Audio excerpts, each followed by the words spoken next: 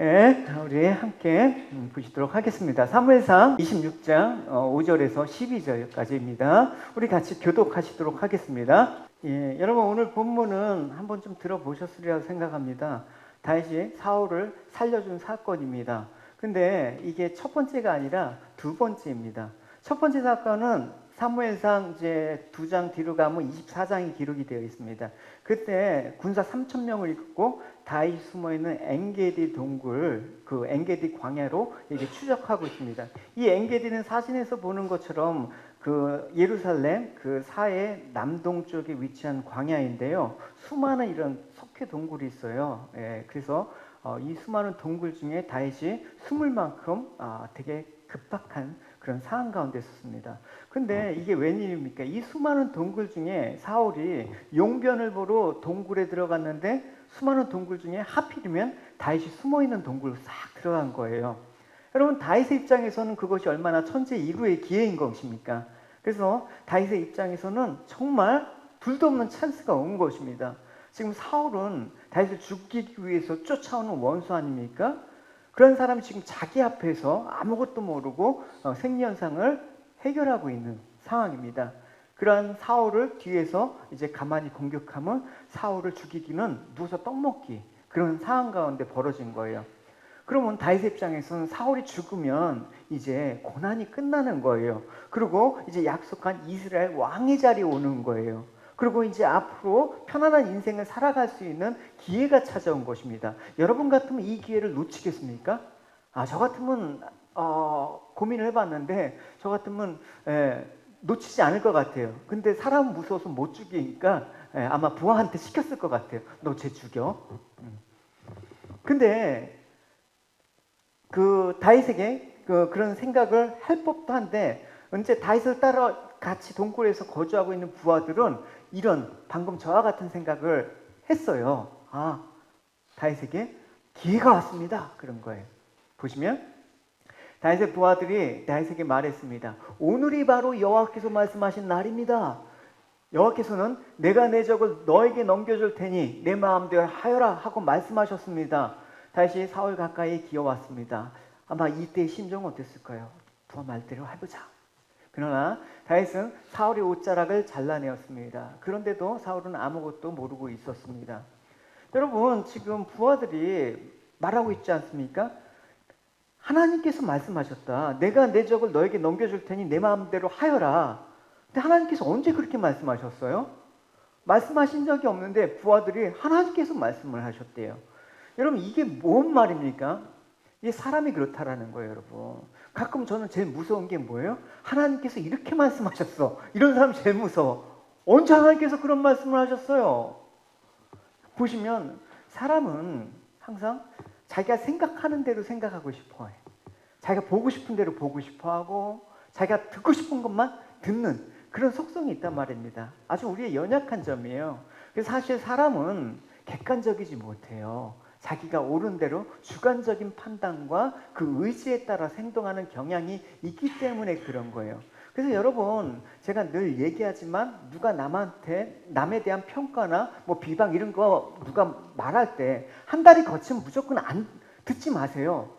어쩔 수 없이 들어야 돼도 그냥 무시해요. 한 귀로 들려 한 대. 왜? 객관성을 잃어버린 거니까. 인간한테는 객관성이 별로 없어요. 뭐 칭찬하는 거 이런 거는 들으셔도 되고요. 그래서 특히나 사람에게서는 내 이익과 관련된 거, 내 생존의 문제에 관련돼 있으면 무조건 내가 옳아. 이런 쪽으로 무조건 가기 때문에 절대 치우치지 않는 사람은 없어요. 이제까지 봐왔던 많은 사람들 중에. 그러니까 하나님의 뜻이 하나님 말씀하신 적이 없음에도 불구하고 이 하나님이 말씀하셨습니다. 하나님의 뜻입니다. 저 원수를 죽이는 게 하나님의 뜻입니다. 이런 근거 없는 얘기를 하게 되는 거예요. 듣는 입장에서 뭐예요, 여러분? 다윗 같으면 하나님이 하셨다는데 아멘 하고 그렇게 해버리면 되죠. 누가 뭐래? 명분 있잖아요, 일단은. 그러니까 다윗의 부하들이 이런 생각들이 여러분 바로 우리 생각이 아닌가 여러분 생각을 해봐야 되는 거예요. 우리는 지금 다윗의 입장이 아니라 다윗의 부하들의 그 생각이 바로 우리 생각과 비슷하다는 것을 말하고 싶은 거예요. 그러니까 사람은 하나님의 뜻에 항상 내 자신에게 유리한 상황과 연계해서 판단을 해요. 그래서 내 자신에게 유리한 상황이면 이건 하나님께서 도우셨다. 하나님의 뜻이다. 이렇게 연관을 해버려요. 신앙생활 여러분. 제 말에 여러분 부인 하시면 뭐 좋겠는데 부인이 잘 안 될 거예요. 저 역시도 그러니까. 근데 막 일이 막 불리하잖아요. 그러면 하나님의 뜻이 아니야. 하나님 막으시는 것으로 이해해요. 지금 러시아하고 우크라이나하고 전쟁한 지가 이제 꽤 지났습니다. 근데 미국은 미국 쪽에 있는 기독교계에서는 미국을 정의 사도라고 하고 막 기도해. 이 전쟁에서 꼭 하나님이 함께 하셔 승리하고. 러시아는 러시아 정교회가 있거든요. 근데 그 러시아 정교회 그 수장이 푸틴에게 지지를 했어. 하나님께서 이 전쟁을 승리를 이끌실 거예요. 어느 사람의 기도를 하나님께서 들어주셔야 돼요, 도대체. 그죠? 그러니까 인간은 그렇단 말입니다. 우리가 하는 기도조차도 사실은 그렇게 내 유익과 내 생존에 관련된 문제라면 무조건 이게 하나님 뜻이야. 밀어붙이는 성향이 있단 말입니다. 오늘 본문에서 우리가 그런 성향이 우리를 잘 다듬어 가시는 그런 시간이 되었으면 좋겠습니다. 그래서 그렇게 했음에도 불구하고 다윗은 어떻게 했느냐? 다윗은 사울을 죽이지 아니했다. 그게 중요한 것이죠. 그래서 사울의 옷자락을 벤 것으로 인해서 끝내는데 그것조차도 마음에 찔리는 거예요. 이것도 너무 왜 마음에 찔리는 이유가 뭡니까? 이렇게 말하고 있습니다. 다윗이 자기 부하들에게 말했습니다. 내 주인에게 그런 일을 하면 안 되는데 내가 그만 잘못했어. 왜 그렇습니까? 사울은 하나님이 기름을 부으신 왕이다. 그렇기 때문에 사울에게 해가 되는 일을 하면 안 되는 거다라고 생각을 했습니다. 이건 다윗의 입장에서 보면 충분히 명분이 되는데 하나님 입장에서 보면 이건 명분이 안 되는 것입니다. 우리는 어느 쪽에 있습니까? 다윗은 지금 사울이 여호와의 기름 부음 받은 종이라는 그 이유 때문에 죽일 수 없다는 명백한 이유를 갖고 있습니다. 잠언에서는 이렇게 말씀을 하고 있어요. 너는 범사의 하나님을 인정하라. 그리하면 내 길을 지도하신다 라고 말씀을 하셨습니다. 다윗은 하나님을 생각함으로써 사울을 죽이지 않은 것입니다. 내가 개인적으로 생각하면 죽여야 되는데 그 순간에 하나님을 생각했다. 그게 중요한 것이죠. 하나님이 계셨기 때문에 내 자신은 사울을 죽일 권리가 없다. 그러니까 사울은 지금 다윗에 의해서 산 게 아니라 누구 때문에 사는 거예요? 하나님 은혜 때문에 사는 거예요. 그죠? 결론이 그렇잖아요. 그렇다면 사울은 다윗을 보면서 뭘 생각해요? 다윗이 살려준 게 아니라 하나님의 은혜가 나를 살렸다라는 걸 생각을 해야 되고 하나님 은혜가 임한 다윗을 보면서 다윗을 치면 하나님을 대적하는 그런 모양새가 되니까 그러면 안 돼! 이렇게 깨달아야 되는데 그걸 깨닫지 못해요. 우린 잘못할 수 있어요. 내 식대로 판단하고 하나님의 뜻을 곡해할 수가 있어요. 그러나 그것이 아니라고 할 때 내가 잘못했구나. 그게 중요한데 끝까지 안 돼. 그게 사울의 미련함이에요. 사울은 지금 숨을 쉬는 것조차도 지금 다윗을 통한 하나님의 은혜임에도 불구하고 지금 다윗을 치려고 하는 생각, 지금 이게 첫 번째 사건이에요. 죽여야지. 그러니까 사울에게는 이런 하나님의 은혜가 없어요. 하나님의 은혜가 없는 사람의 생각은 항상 그렇단 말입니다, 여러분. 이번 한 주간에도 여러분, 하나님의 은혜가 여러분 가운데, 여러분 가정 가운데 충만하였으리라고 저는 믿습니다. 할렐루야. 왜 대답이 약하나? 네? 그러시면 안 돼요, 여러분. 사울에게는 이런 생각을 하지 않습니다. 이때 사울이 다윗이 왕이시여 제가 죽일 수 있었는데 하나님의 기름 부으신 왕을 해할 수 없다라는 사실을 알아주시기 바랍니다. 그러니까 일단 짠했어요. 그 말을 듣고 사울이 말했습니다. 그래, 너는 나보다 옳구나. 너는 나에게 잘해주었는데 나는 너에게 나쁜 일을 했구나. 내 말을 들으니 너는 나에게 좋은 일을 하였구나. 여호와께서 나를 너에게 넘기셨는데도 너는 나를 죽이지 않았다. 그죠? 여기서 돌이켰으면 사실 사울의 인생이 달라졌을지도 몰라. 어쨌든 돌이킴의 그런 모습은 있었습니다. 그러나 돌이키지 않았다라는 게 뭡니까? 다윗을 죽이는 걸 포기하지 않았다. 그래서 오늘 두 번째 사건이 다윗을 죽이는 데 있어서 두 번째 그런 과정들이 펼쳐지는 거예요. 그러니까 여러분, 사울은 하나님의 뜻을 알았습니까? 몰랐습니까? 하나님 뜻을 알았어요. 하나님께서 다윗을 세운 사람인 걸 알았습니다. 또 다윗이 이스라엘 왕이 될 것도 알았어요. 사울의 말을 보세요, 직접. 내가 틀림없이 왕이 되리라는 것을 뭐요? 나 알고 있다. 너는 이스라엘의 나라를 잘 다스릴 거라는 걸 난 알고 있다. 근데 알면서 왜? 하나님께 순종해야 되는 거 알면서 왜 안 하는 거예요? 그러니까 사울은 자신이 아무리 애를 써도 다윗은 하나님이 세우신 사람이기 때문에 다윗을 죽이는 건 안 돼.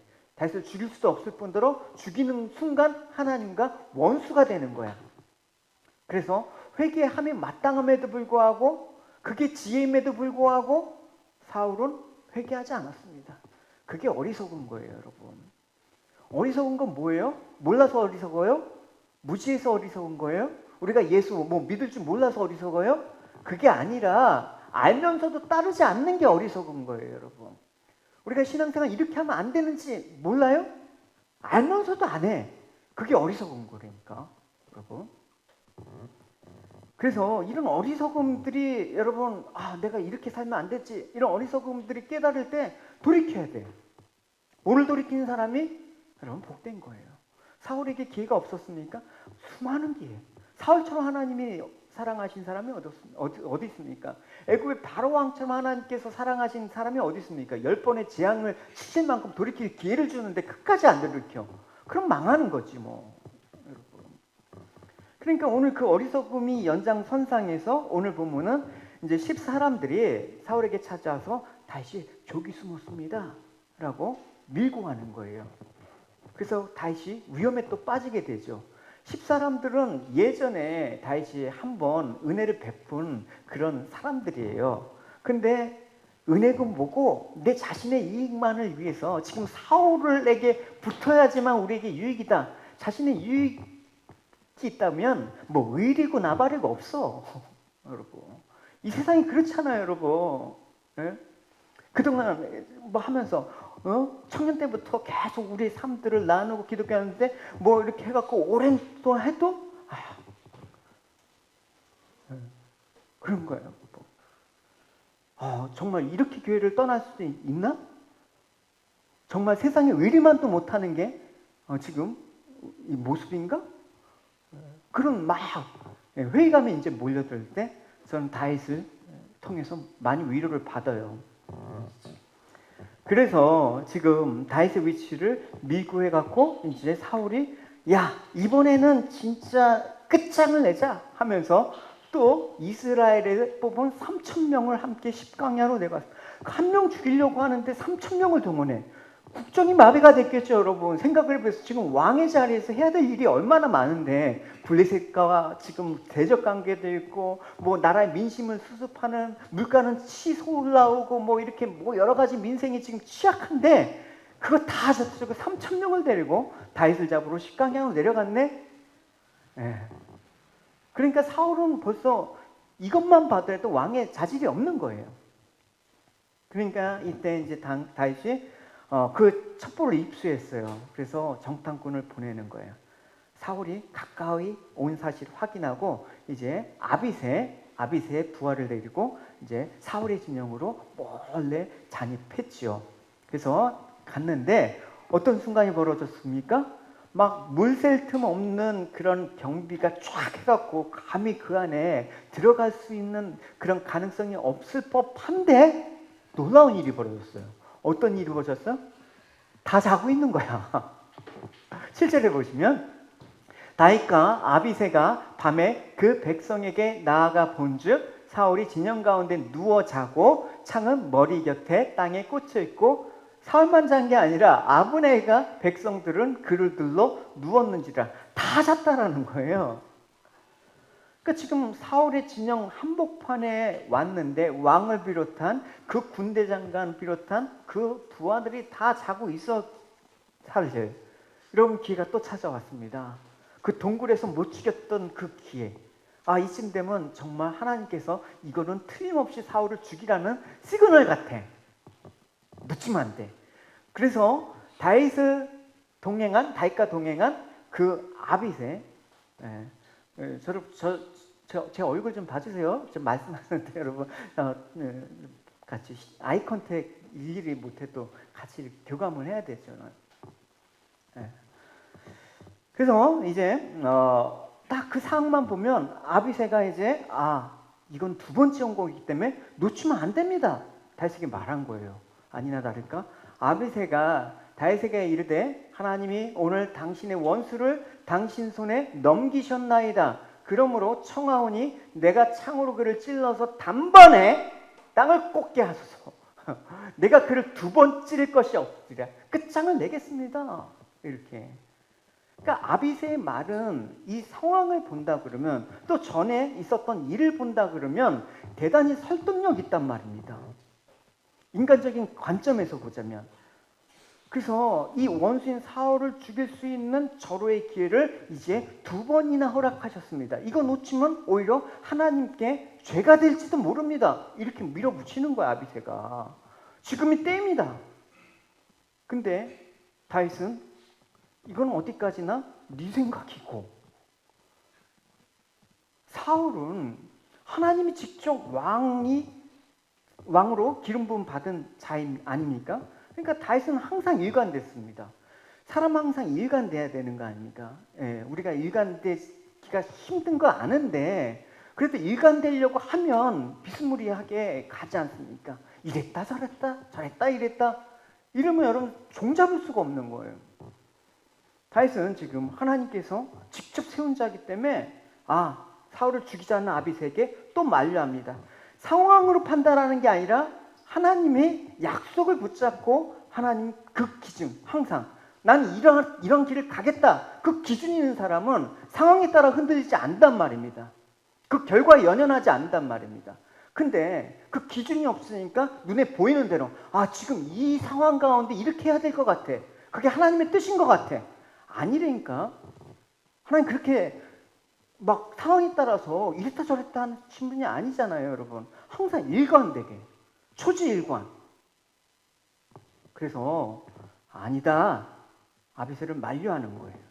보시면 다시 아비새에게 이르되 죽이지 말라. 누구든지 손을 들어 여호와의 기름 부음 받은 자를 치면 죄가 없겠느냐. 다시 또 이르되 여호와께 살아계심을 두고 맹세하노니 여호와께서 그를 치시리니 혹은 죽을 날이 이르거나 또는 전장에 가서 망하리라. 하나님께서 어떻게 하시든 그거는 하나님께서 하실 때 하나님이 하신 대로 맡기는 거지, 하나님이 하실 일을 왜 우리가 해? 그럼 망하는 거야. 하나님께 범죄하는 거야 라고 아비새를 설득합니다. 사실 인간적으로 보면 다윗은 감정적으로는 사울을 충분히 죽이고 싶은, 그럼 12번도 더 죽이고 싶은 그런 마음이 왜 안 들겠습니까? 누구보다도 제일 죽이고 싶은 게 지금 아비새가 아니라 나야, 나. 빨리 도피 생활에서 벗어나고 싶어. 그 많은 식구들, 부하들 지금 동굴에서 그 스키찬 동굴에서 거주해야 되고 늘 쫓기면서 그렇게 긴장 있게 살아가는 그 수많은 사람들 생각할 때 빨리 종집을 찍어주고 싶어. 아비새의 충정을 또 이해 못하는 바도 아니에요. 그러나 내 감정에 치우치다가는 하나님께 죄를 지을 수가 있다라는 사실을 말하는 거예요. 하고 싶은 게 막 불일들 일어나잖아요. 그때는 하지 않는 게 좋아, 여러분. 그죠? 하지 않는 게 좋다니까. 여러분 뭐 주식도 투자하고 하죠. 막 하고 싶어. 이번에 투자하면 진짜 돈 벌 수 있어. 하지 마. 그럴 때는 안 하는 게 좋아. 망하는 거야. 그러니까 여러분, 상황이 막 그럴 땐 그냥 잠잠히 상황을 지켜보는 거예요, 여러분. 그죠? 우리 요즘 상황들이 얼마나 요동치고 있어요, 여러분. 그럴 때 어떻게? 가만히 잠잠하는 거야. 하나님 바라보는 거야. 내 감정을 최대한 억제하면서. 누구의 생각이 옳습니까, 결국은? 두말할 것이 또 없이 다시 옳지 않습니까? 인간적인 생각으로는 사울을 죽이고 싶다 할지라도 내 생각으로 행동하는 게 아니라 내 감정에 치우치는 것이 아니라 하나님의 생각이 더 중요하지. 이게 믿음의 사람이에요, 여러분. 위기 때 내 생각에 휩쓸리면 망하는 거예요, 여러분. 그래서 요즘은 여러분 정신 차려야 돼요, 여러분. 예? 들려오는 세상 가운데 여러분 생각들이 자꾸만 거기에 막 휩쓸리고 요동하면 망하는 거예요. 이럴 땐 그냥 성경책 읽으라니까.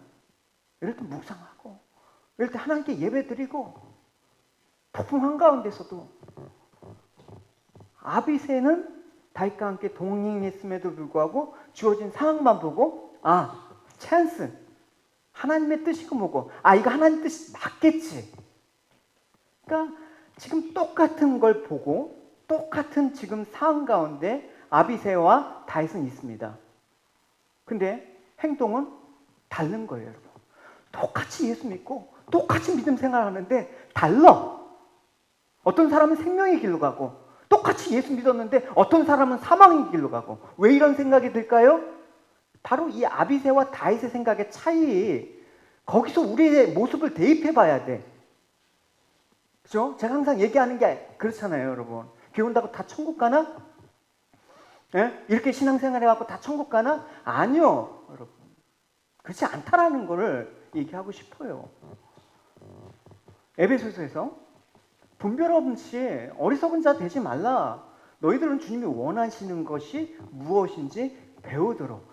이 상황 가운데 주님께서 무슨 말씀을 하시는지 기다리고 주님께서 주시는 그 마음을 잘 짚는 것. 그게 마음의 합한 자예요. 그래서 다윗은 주님의 마음의 합한 자로 인정을 받은 거예요. 그래서 우리는 동일한 하나님의 말씀을 보지만 그 뜻을 곡해해서 하나님 뜻과 무관하게 가는 경우를 많이 있습니다. 저도 그랬습니다. 저도 수없이 이게 하나님의 뜻인지 확신하고 했던 많은 일들 수없이 깨지고 그런 길을 걸어왔습니다. 뭐 지금도 깨지고 앞으로도 깨질 일이 많겠지요. 하지만 실수를 통해서 하나님의 뜻을 점점점 알아간다 그러면 할렐루야죠. 사도 바울도 그런 실수를 범할 때가 있었지 않았습니까? 회심하기 전 자신의 그 유대교의 하나님이 가장 맞아. 그래서 유대교를 위협하는 그런 기독교인들을 핍박하는 게 정의라고 생각했어. 그래서 기독교인들을 핍박하는데 너무나 열심히였습니다. 그것이 하나님을 기쁘게 하는 뜻인 줄 알았거든. 그러다 이제 어떤 일이 벌어졌습니까? 꼬꾸라지지 않았습니까? 자신의 고백이 그래요. 내가 예수님 만나기 전에는 나는 그리스도를 욕하고 핍박하고 온갖 방법으로 믿는 자들을 괴롭혔다. 이게 하나님이 기뻐하신 뜻인지 알았다니까요, 여러분. 그러니까 여러분, 나라의 권력자들한테 아부하는 기독교가 돼버리고, 세상에 힘 있는 자한테 빌붙어서 축복이나 길어주는 그 사사기 시대의 그런 모습 아닙니까? 여러분, 그런 종교 지도자들은 다 지옥에 갈 거예요. 그래서 우리도 하나님의 뜻을 얼마든지 이렇게 곡해할 수가 있습니다. 다윗과 함께 온 아비새가 그러했습니다. 다윗은 하나님이 누구이신가를 생각하고 이 현재의 상황을 판단했는데 아비새는 현재의 상황 속에서 하나님의 일을 판단한 거예요. 비슷한 신앙생활 같지만 결과는 다르단 말입니다. 하나님이 인정하시는 신앙생활의 결과의 모습은 다르다라는 것입니다. 그러니까 아비새는 사울이 찾아왔을 때 하필이면 군사가 잠들었다. 이거 하나님이 하신 일이에요. 그렇다면 하나님이 지금 다윗 편을 들고 계시다라는 증거가 명백해. 그래서 사울을 죽이는 게 하나님 뜻이라는 생각을 갖는 거예요. 합리적인 추론이에요. 지금 아비새는. 그죠? 대단히 합리적이고 옳은 것 같아요. 그리고 사울과 그의 군사들이 잠든 건 하나님이 하셨다고 여러분 오늘 12절 보면 나와 있잖아요. 이는 여호와께서 그들을 깊게 잠들게 하셨으므로 그들이 다 잠들어 있기 때문이다. 그러니까 이것도 하나님께서 하신 거라면 분명히 아비새와 지금 다윗이 사울에게 오게 된 것도 하나님께서 의도적으로 하신 거라면 이제 우리는 어떻게 할 것인가? 하나님께서 죽이라고 하셨다. 결론이 너무나 명백한 것 같아. 여러분 살면서 여러분 있잖아요. 너무나 결론이 명백하잖아요. 그럴 땐 고민해 봐야 돼. 뻔한 답이 그렇게 인생 가운데 있을까요, 여러분? 예? 누가 돈 쉽게 번다고. 여기 투자하면 돈 쉽게 번다고. 그래갖고 투자해. 여러분 쉽게 그렇게 돈이 벌어져요, 여러분? 너무나 뻔한 이렇게 하면 이렇게 될 것이다. 너무나 뻔한 결과를 제시하잖아요. 그거는 거의 사기일 확률이 많아요, 여러분. 여러분 언론에 지금 보니까 루나 코인 때문에 완전히 그냥 어마무시한 충격이 있지 않습니까? 뻔한 결과에 대해서 너무나 기울이지 마십시오, 여러분. 그래서 지금 아비새 말대로 다윗으로 하여금 사울을 죽이게 하기 위해서 지금 그런 겁니까? 그러면 다윗은 지금 사울을 살려준 건 죄가 돼. 왜? 하나님은 죽이라고 했는데 다윗이 지멋대로 살려줬으니까. 그렇게 판단하면 안 된다라는 것입니다, 여러분. 그죠? 그러니까 우리는 어떤 일의 상황을 나에게 유리하게 되어지는 쪽으로 하나님이 내 편이 되어주셨다라고 생각을 한다라는 거예요. 반대로 그럼 불리하다면 하나님은 내 편이 아니시다. 이걸 막으신다라고 의심하게 되는 경우가 많단 말입니다. 그래서 보는 대로, 들리는 대로 여러분 생각하고 판단하면 여러분 항상 여러분의 생각은 세상에 끌려가게 되어 있어요, 여러분. 적어도 여러분 이 땅에서 부자로 사는 사람도 있어요. 믿음의 사람이 아닌데도 불구하고 빌 게이츠나 이런 사람들, 워렌 버핏이나 이런 사람들 보면 적어도 대중이 갔던 그런 대중이 이거라고 생각한 쪽과 반대로 행동한 사람들이야, 여러분. 우린 믿음의 사람은 어떻게 살아야 돼? 세상이 이렇다고 할 때 그러네 하고 쫓아가야 돼요, 여러분. 적어도 주님께서는 세상과 반대로 사셨으면 주님 쫓아가야지. 그래서 이게 지금 아비새의 생각은 결국 하나님 생각도 아니고 자니의 생각에 하나님의 생각을 맞추는 형국이 되었단 말입니다. 이러면 잘못된 결과가 나올 수가 있을 수밖에 없어요, 여러분. 그래서 함부로 여러분 주님의 뜻이라고 속단하지 마시고 주님의 뜻에 내가 어떻게 해야 될까 그걸 먼저 고민하는 게 믿음의 사람의 성숙한 모습이에요. 내가 주어진 상황이 좋고 나쁨에 따라서 하나님 생각하기 쉽게 되면 하나님 하시는 일에 의심이 찾아와. 그러면 내가 이해하지 못하는 결과에 시험이 들어. 그럼 믿음의 생활 여러분 끝까지 할 수 있을까요? 주님 다시 올 날을 날로 기다릴 수 있을까요? 아니요. 나 이 예수 안 믿어. 나 교회 안 다녀. 그렇게 20년 동안 같이 신앙생활 했지만 예수 안 믿어. 떠난단 말입니다. 그죠? 이렇게 얘기하면 또 제 감정이 입되니까 안 할게요. 그러니까 아비새의 눈에 지금 다윗은 어떻게 비춰지겠습니까? 아비새의 생각이 다윗처럼 바뀌지 않는다면 다윗의 행위를 볼 땐 아비새 입장에서 볼 땐 참 어리석게 보일 거예요. 하나님께서 주신 좋은 기회인데도 그걸 바보같이 놓치네? 내가 저 사람 따라야 되나? 아비새 입장에서는 그럴만 하지 않습니까? 아비새가 생각하는 지혜는 뭐예요? 하나님께서 주신 기회는 아멘으로 순종하면서 나가야 돼. 사울을 죽임으로써 우리도 이제 괜찮아지고 이스라엘 왕이 되면 모든 고난의 삶이 그치는 거야. 그러니까 아비새는 우리의 생각과 흡사하다. 가장 우리한테 유리한 길이다. 그럴 때 조심해야 돼요. 그게 신앙생활이 아니거든요, 여러분. 그렇죠? 그래서 잠언에는 분명히 말하고 있습니다. 어떤 길은 사람이 보기에 바른 것 같은데 피경은 죽는다. 사망의 길이다. 그러니까 아비새가 다윗과 함께 하긴 했지만 다윗의 생각과 같지 않아요. 다윗이 예수 그리스도의 삶들을 예표하는 거라면 여러분 예수님의 생각과는 다른 지금 모습을 보이고 있는 것입니다. 그럼 어때? 사망이다. 우리 마찬가지 아니에요. 이제까지 여러분 우리가 신앙생활 수십 년 동안 예수님과 함께하고 예수님을 따른다고 하면서 교회는 다녀왔는데 사는 데는 예수님과 다른 생각을 갖고 살아. 그러면 여러분 이 아비새의 모습이라는 걸 잊으시면 안 되는 거예요.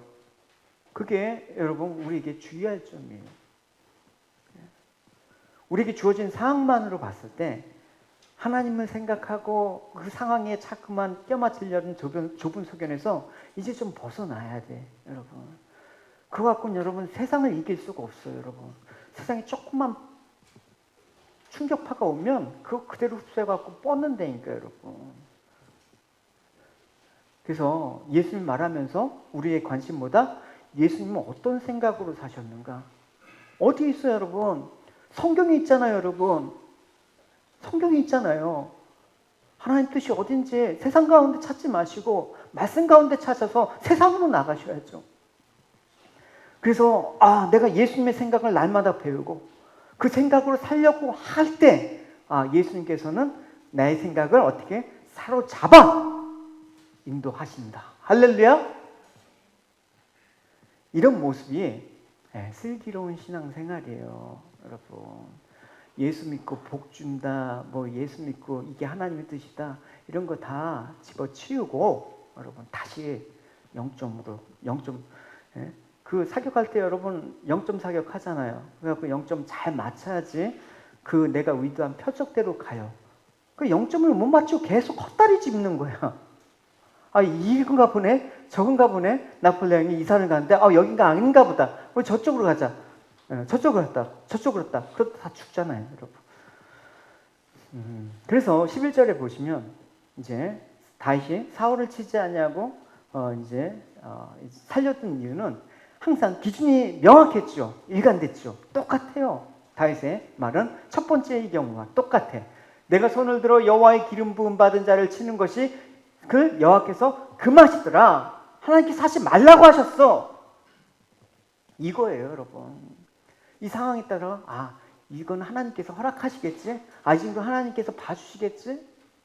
얼마나 우리는 이런 거에 익숙해서 살아왔습니까, 여러분? 그죠? 그래서 사울이 이제 자신이 왔다 갔는지도 모르니까 다윗은 사울 머리맡에 있는 창과 물병을 이제 증거물로 갖고 가는 거예요. 적어도 여긴 두 가지 포석이 깔려 있죠. 사울을 선동한 무리들, 다윗은 죽여야 됩니다 라고 선동한 무리들에게 그거는 모함이라고 밝히는 그런 차원에서, 또 한 가지의 그런 내용은 나는 당신을 반역해서 왕이 될 정치적인 야욕이 없습니다. 이 두 가지를 명백하게 한 겁니다. 어쨌든 두 번이나 원수인 사울을 살려주는 관용을 베풀었잖아요. 그럼 이제 사울의 입장에서 한번 생각을 해보세요. 다윗이 사울의 창과 물병만을 가지고 그 자리에서 떠났습니다. 그러면 그 창과 물병은 사울의 목숨과도 같은 거예요.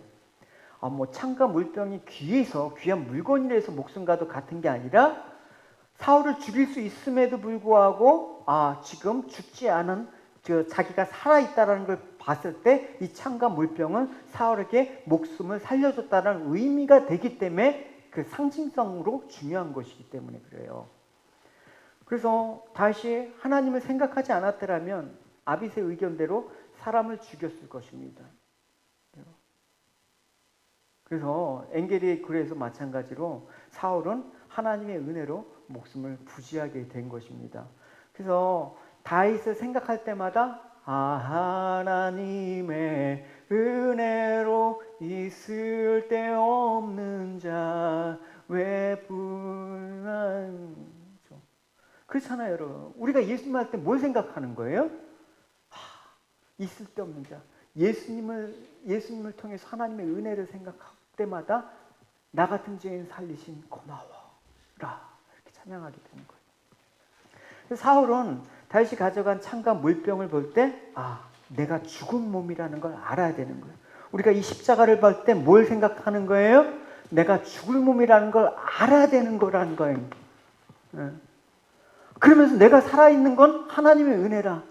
주의 은혜라, 주의 은혜라, 지금까지 살게 된 것은, 이 십자가를 바라볼 때마다 주의 은혜라, 주의 은혜라, 지금까지 내가 산 것은, 이런 고백이 나와야 되지 않습니까? 내가 사는 거, 지금까지 살아있는 거 모든 게 하나님의 은혜의 결과야. 이것처럼 하나님은 우리에게 목숨을 가져가실 수도 있는데 창과 물병만 취함으로써 우리의 삶은 그렇게 살아난 것처럼 하나님께서 우리를 죽이실 수가 있는데 예수님께서 십자가를 지심으로 인해서 우리가 살게 된 거, 그게 은혜를 잊지 않는 거라니까. 내가 지금 무엇 때문에 사는가? 누구 때문에 사는가? 앞으로 누구의 덕분에 살게 될 것인가? 이게 신앙의 의미죠. 네? 일주일에 한 번만 그냥 그것도 뭐 심심하면 안 오고 그러면서 찬밥에 물 말아서 김치 하나 떼우듯이 그렇게 후딱 먹고 골프 치러 가는 거, 그게 무슨 신앙생활이에요, 여러분? 그런 신앙생활은 없어요, 여러분. 신앙생활이란 하나님을 아는 것으로 끝내는 게 아니라 하나님을 아는 자로 살아가야지만 되는 거예요. 성도는 아멘 이후의 삶들이 사실 더 중요한 거예요. 하나님을 아는 지식은 귀신도 있어요. 야고보서에 보면 이런 재밌는 말이 있어요. 내가 하나님은 한 분이신 줄 믿느냐? 잘 아는도다. 귀신들도 믿고 떠드니라. 하나님이 누구시라는 거 알고 믿는 거, 이건 귀신들에게도 있다. 믿지 않는 사람도 예수가 누군지 알아. 그게 중요한 게 아니다. 그런 지식이 믿음이라고 너희들 착각하는데 절대 그렇지 않아. 여기서 말한 믿음은 성도의 신앙적인 의미에서 정말 우리가 믿음이란 뭔가라는 그 근원적인 것과 다른 믿음이에요. 지식적인 차원의 믿음이 아니라 내가 알고 있다고 해서 다 된 것이 아니라 내가 입술로 아멘 믿습니다 한다고 다 믿는 것이 아니다. 하나님을 아는 자로 살아가는 것. 이게 왜 어렵습니까? 하나님을 아는 자로 살아가는 게 힘들기 때문에 우린 신앙생활하기가 어려워요, 사실. 하나님을 몰랐을 때 대충 그냥 교회 다니고 그냥 기독교인이란 무늬만 갖고 살 때는 신앙생활 별로 어려운 거 없어요. 그냥 가끔 교회만 한번 나와주면 돼. 그러면 하나님께서 축복해 주시는 거 이너 뭐 안 해주시면 어쩔 수 없고, 그게 아니라니까요, 여러분. 내가 하나님을 아는 자로 살아간다라는 건 결국 어떤 환경과 어떤 형편에서도 내가 하나님을 아는 지식과 믿음이 드러나야 돼. 다윗처럼. 사울은 자신이 다윗에 대해서 잘못 행하고 있음을 모르는 게 아니에요. 엔게디굴에서도 자신을 살려주었을 때 너는 나보다 위롭다. 분명히 고백했습니다. 자신의 행위가 옳지 못함을 알면서도 다윗을 죽이는 걸 포기하지 못한 거. 이게 바로 시기와 믿음에 따라서 행동한 거예요. 아는 것과 아는 대로 산다는 건 다른 문제예요, 여러분. 알면서 그치면 안 돼요, 여러분. 할렐루야. 알면서 그치면 여러분 구원 못 받아요. 거듭날 수가 없어. 거듭나야지 천국 가죠. 그것도 우리 힘으로 되는 게 아니라, 그렇지만 성령께서 여러분들이 자꾸만 말씀을 두들기세요. 이제까지 내가 들어왔던 그런 말씀이지만 오늘 하나님께서 나의 마음을 두드리신다. 그때 하나님 영접하셔야 돼요. 할렐루야. 내가 정말 하나님 인격적으로 지금 인격적인 교제가 있는 데서 신앙생활 하는가? 물어보셔야 돼 이제. 왜? 때가 얼마 안 남기 때문에. 예? 하루가 긴박하기 때문에. 그래서 이제 다윗은 사울이 이 끝까지 자기 감정과 그런 미움에 따라서 행동하는 걸 안타깝게 생각했어요. 그러니까 안 죽였겠죠. 이런 사울을 다윗은 포기하지 않습니다. 다시 건너편 산꼭대기에 이제 아브넬가 있어. 왕이셔! 하면서 여기 군대 장관 아브넬이에요. 아브넬! 너 군대 장관이면서 지금 여호와의 기름 부은 자가 자면 눈을 뜨고 보호해야 되지. 너도 자빠져 자냐? 그러면서 막 책망하는 거야. 너 하나님이 세운 자를 지키지 못했으니까 너는 죽을 거야. 이 죽일 놈아. 이렇게 하는 거예요. 그러면서 이제 사울에게 말하는 거예요. 왕의 창과 그 물병 어디 있는지 한번 봐. 아브넬에게. 없어졌지? 너 직무유기야. 그리고 다윗은 사울에게 그 물병과 창을 보여주면서 호소하는 거예요. 그러면 다윗이 또 말했습니다. 이 심정 여러분 이해가요? 내 주여, 왜 나를 쫓고 계십니까? 내가 무슨 잘못을 했습니까? 내 죄가 무엇입니까? 다윗이 사울을 이 정도면 야 네가 왕이냐 이게 아니라 내 주여, 당신 주인이고 난 종이라는 소리잖아요. 그러면서 사울을 끝까지 왕으로서 공경하는 그 마음들을 갖고 왕이십시오. 하나님의 뜻인지 뜻이 뭔지 제발 이성을 차리고 한번 저를 보십시오. 정말 내가 당신을 찾아 죽이려고 하는지 한번 내 의도가 정말 당신에게 대적되는 건지 한번 보십시오. 그러면서 다윗은 자신을 찾아 죽이려는 사울의 의지가 하나님의 뜻을 대리하는 건지 다윗을 제거하려 하는 사람들의 그런 모함에 부하내동에서 같이 한 건지 스스로 판단해 달라고 요청하는 거예요. 보시면 내 주 왕이여 내 말을 들어보십시오. 만약 왕이 나에게 진노하게 하신 분이 여호와시라면 여호와께서 나를 제물로 받으시기 원합니다. 하나님께서 그렇게 만약에 하셨다 그러면 저 죽어도 쌉니다. 그러나 만약 왕이 나에게 진노한 것이 사람들이라면 여호와께서 그들을 저주하시기 바랍니다. 그들은 여호와께서 주신 땅에서 나를 쫓아냈습니다. 그들은 나에게 낯선 땅에 가서 다른 신들을 섬기라 라고 말했습니다. 그러니까 다윗이 왕이 진노한 게 하나님이 허락한 거라면 나 죽어도 좋습니다. 하나님께 제물로 드리십시오. 죽어 마땅합니다. 그럼 만약 하나님 뜻이 아니고 사람의 뜻이면 돌이키십시오. 그리고 그 사람들 저주받을 것입니다. 나를 박해하고 이스라엘 밖으로 쫓아낸 것은 뭡니까? 이방의 땅, 우상의 땅. 그럼 날 들어가서 다른 신을 섬기라는 것과 진배가 다를 바 없지 않습니까? 이렇게 사울에게 판단을 호소해달라고 요청을 한 것입니다. 다윗의 이런 간절한 호소와 간청은 사울로 하여금 일시적으로 감복시켜서 그의 양심이 회복되는 일이 일어납니다. 그래서 잠시나마 자기의 죄를 또 뉘우치고 이제 다윗에게 어떻게 돌아오라. 내가 이제 더 이상 너를 쫓지 않겠다. 그렇게 얘기하는 거예요. 다윗의 말을 듣고 사울이 말했습니다. 내가 죄를 지었다. 내 아들 다윗아 돌아오너라. 오늘 너는 내 생명을 아껴주었다. 그러니 이제 나도 너를 해치려 하지 않겠다.